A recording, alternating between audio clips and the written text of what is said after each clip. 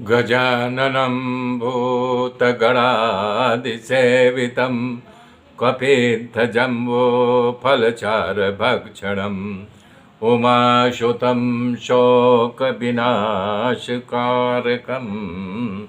नमामि विघ्नेश्वर पादपङ्कजं।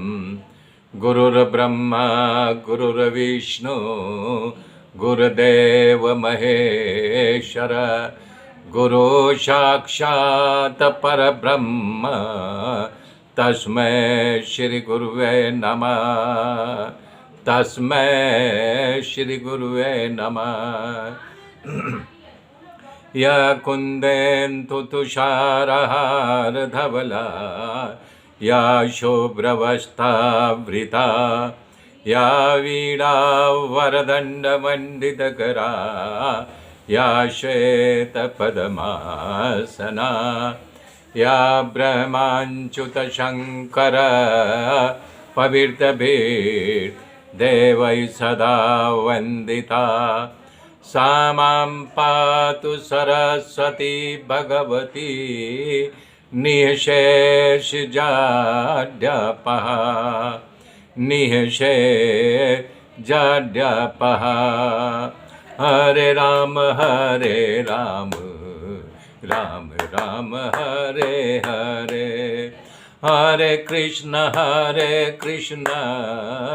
कृष्ण कृष्ण हरे हरे, हरे राम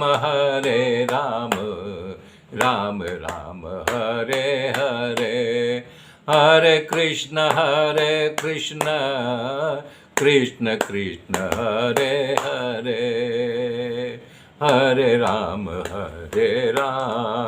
राम राम हरे हरे। ओम नमो भगवते वासुदेवाय, ओम नमो परमात्मने नमः। मेरे मित्रों, भगवान श्री कृष्ण कह रहे हैं उद्धव से, यदि हमें बचना हो तो द्वारिका को छोड़ देना पड़ेगा। मेरा मतलब ये है कि अविलंब यहाँ से निकल करके प्रभास क्षेत्र में बचना चाहिए।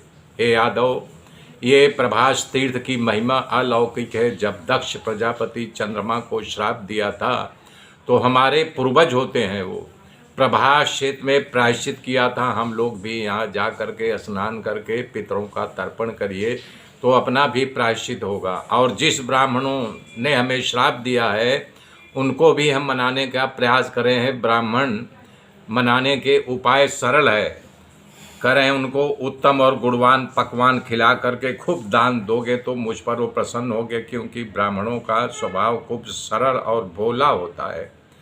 सुखदेव जी कह रहे हैं, भगवान की इस बात को सुन करके सभी यादव सम्मत हो गए और अपना अपना रथ तैयार करने लगे। उद्धव जी को पता चला कि भगवान यादव को लेकर के प्रभास तीर्थ जा रहे हैं तो जान गए कि भगवान अपनी लीला पूर्ण करने वाले हैं। इसलिए वो बेहबल बन गए और एकांत में बैठे भगवान श्री कृष्ण के पास दौड़ते हुए आए। उनकी आंखों में से प्रेम के आंसू गिरने लगे।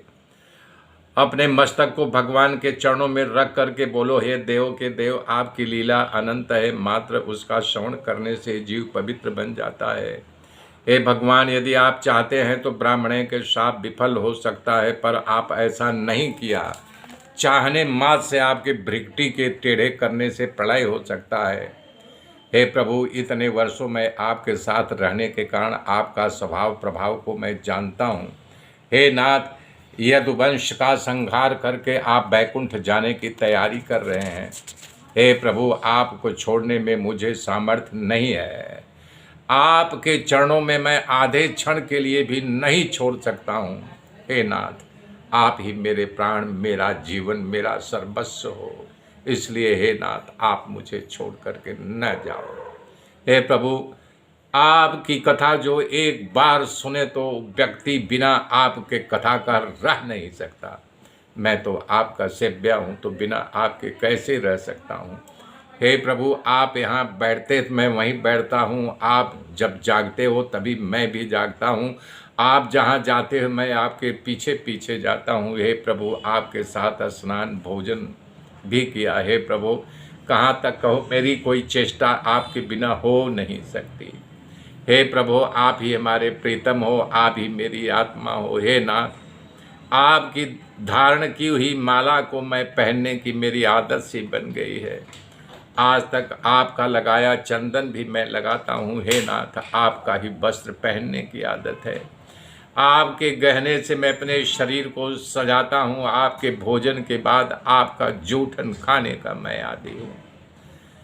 आपका सेवक आपको कैसे छोड़ सकता है?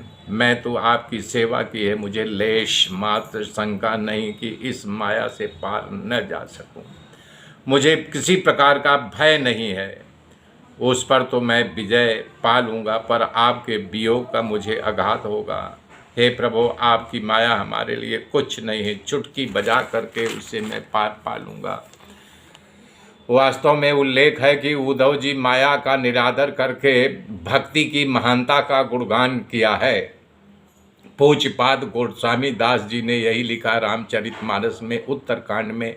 कहा भुसुंडी जी ने कहा कि भक्त को माया का भय नहीं, इतना ही नहीं तो एक नर्तकी की उपमा देते हुए तुलसी बाबा जी ने लिखा है। क्या लिखा है?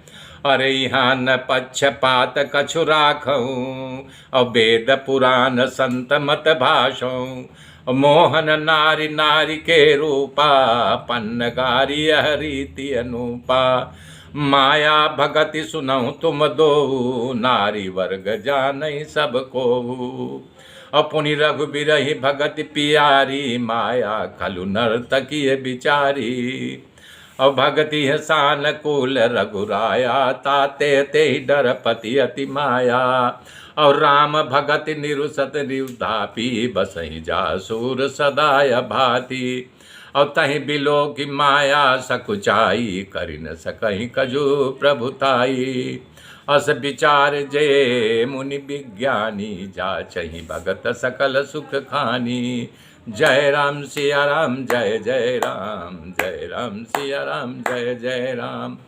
उद्धव जी कह रहे हैं ये सत्य है कि बड़े बड़े महात्मा या योगी पुरुषों माया से पार नहीं पा सकते। ऐसे लोगों का पार पाना अत्यंत कठिन साधना करके, अपने अंतःकरण में शुद्ध करके, अपने वृत्तियों को शांत करके आपके धाम को प्राप्त करते हैं। परंतु हे प्रभु, हम तो ऐसी साधना नहीं कर सकते, हमें तो कर्म मार्ग में स्वीकार करके भटक रहे हैं। हम तो आपके प्रेमी भक्त हैं, आपके ही साथ में यहाँ गुणों की चर्चा करते हैं, आपकी कथा का श्रवण मनन कीर्तन करेंगे। इसलिए माया से पार पाना हमारे लिए सरल है, उसका हमें डर नहीं है, आपके वियोग का डर है। आप मुझे साथ ले जाओ। उद्धव जी की बात सुन करके भगवान श्री कृष्ण बोले कि उद्धव, तुमने जो कुछ कहा बिल्कुल सत्य है। इस धरा को छोड़कर मैं अपने धाम जा रहा हूँ। ब्रह्मा आदि देव लोकपालों की यही इच्छा है, इसलिए उसे धाम में होते हुए मैं अपने धाम को जाऊँगा। बता रहे हैं फिर कि हे उद्धव जी, मैं इस पृथ्वी पर देवताओं का कार्य करने के लिए आया था और पूर्ण हुआ। इस कार्य के लिए ब्रह्मा जी कह के गए हैं, मुझे बुलाया था, इसलिए अपने अंश के साथ मैं यहाँ पर आया, बलराम के साथ पृथ्वी पर आया था। ब्राह्मण के द्वारा श्रापित यदुवंश क्रोधाग्नि से जल गया, अभी वापस मैं वैमनस्य और युद्ध होगा जिसके उसका नाश होगा। एक बात और सुनो, ये द्वारिका आज से 7वें दिन समुद्र में समाहित हो जाएगी।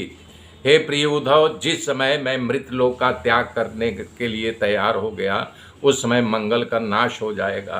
अमंगल की नोक पर कलयुग का आगमन होगा और पृथ्वी पर अपना प्रभाव जमाएगा।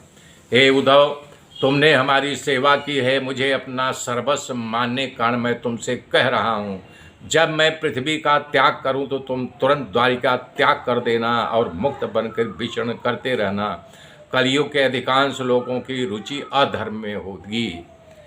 कह रहे हैं कि हे उद्धव, मेरे प्रिय मित्र, अब सभी ममता का त्याग करके बंधु बांधव आत्मीय स्वजन ये सभी स्नेह पास को काट डालो, मेरे और में मन लगा दो, विचरण करो। हे उद्धव, इस संसार में जो कुछ दिखाई देता है, जो कुछ सुनाई दे रहा है, मन द्वारा विचार किया जा रहा है, वाणी द्वारा बोला जा रहा है और इंद्रियों के द्वारा जो कुछ अनुभव हो रहा है, सब नश्वर, अनित्य और असत्य है।